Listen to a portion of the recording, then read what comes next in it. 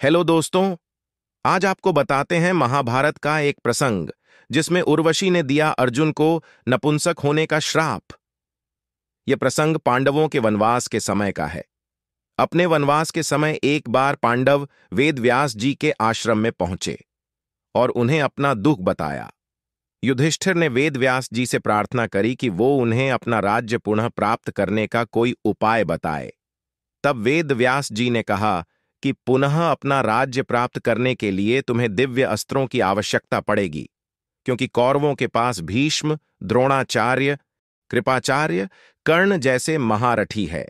अतः बिना दिव्य अस्त्र प्राप्त किए तुम उनका कुछ नहीं बिगाड़ सकते।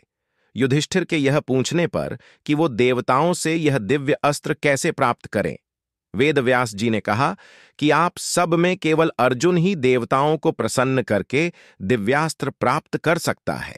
अतः अर्जुन को देवताओं की तपस्या करके प्रसन्न करना चाहिए। वेद व्यास जी के ऐसे वचन सुनकर अर्जुन तपस्या करने के लिए आगे अकेले ही रवाना हो गए। अर्जुन उत्तराखंड के पर्वतों को पार करते हुए एक अपूर्व सुंदर वन में जा पहुंचे। वहां के शांत वातावरण में वे भगवान शंकर की तपस्या करने लगे। उनकी तपस्या की परीक्षा लेने के लिए भगवान शंकर एक भील का वेश धारण कर उस वन में आए। वहां पर आने पर भील रूपी शिवजी ने देखा कि एक दैत्य शूकर का रूप धारण कर तपस्यारत अर्जुन की घात में बैठा है। भगवान शिव ने उस दैत्य पर अपना बाण छोड़ दिया।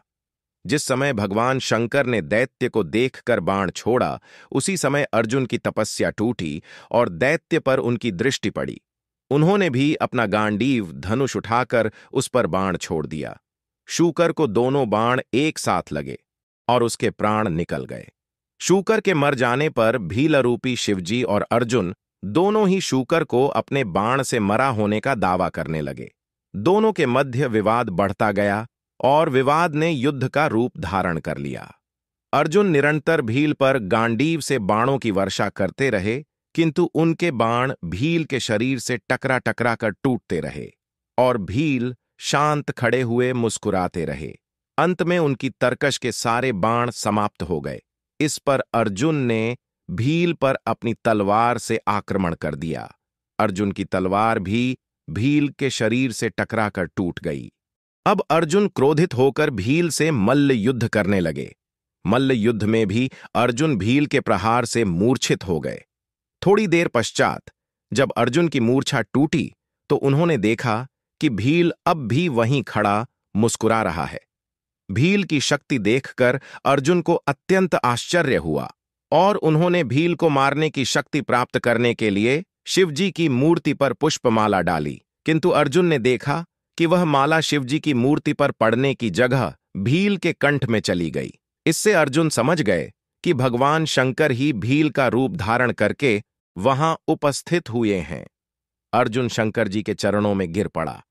भगवान शंकर ने अपना असली रूप धारण कर लिया और अर्जुन से कहा, हे अर्जुन, मैं तुम्हारी तपस्या और पराक्रम से अति प्रसन्न हूं और तुम्हें पशुपत्यास्त्र प्रदान करता हूं। भगवान शंकर अर्जुन को पशुपत्यास्त्र प्रदान कर अंतर्ध्यान हो गए। उसके पश्चात वहां पर वरुण, यम, कुबेर, गंधर्व और इंद्र अपने अपने वाहनों पर सवार होकर आ गए। अर्जुन ने सभी देवताओं की विधिवत पूजा की। यह देखकर यमराज ने कहा, अर्जुन, तुम नर के अवतार हो और श्री कृष्ण नारायण के अवतार हैं। तुम दोनों मिलकर अब पृथ्वी का भार हल्का करो। इस प्रकार सभी देवताओं ने अर्जुन को आशीर्वाद और विभिन्न प्रकार के दिव्य एवं अलौकिक अस्त्र शस्त्र प्रदान कर अपने अपने लोकों को चले गए। अर्जुन के पास से अपने लोक को वापस जाते समय देवराज इंद्र ने कहा, हे अर्जुन, अभी तुम्हें देवताओं के अनेक कार्य संपन्न करने हैं, अतः तुमको लेने के लिए मेरा सारथी आएगा। इसलिए अर्जुन उसी वन में रहकर प्रतीक्षा करने लगे। कुछ काल पश्चात उन्हें लेने के लिए इंद्र के सारथी मातली वहां पहुंचे और अर्जुन को विमान में बिठाकर देवराज की नगरी अमरावती ले गए। इंद्र के पास पहुंचकर अर्जुन ने उन्हें प्रणाम किया। देवराज इंद्र ने अर्जुन को आशीर्वाद देकर अपने निकट आसन प्रदान किया।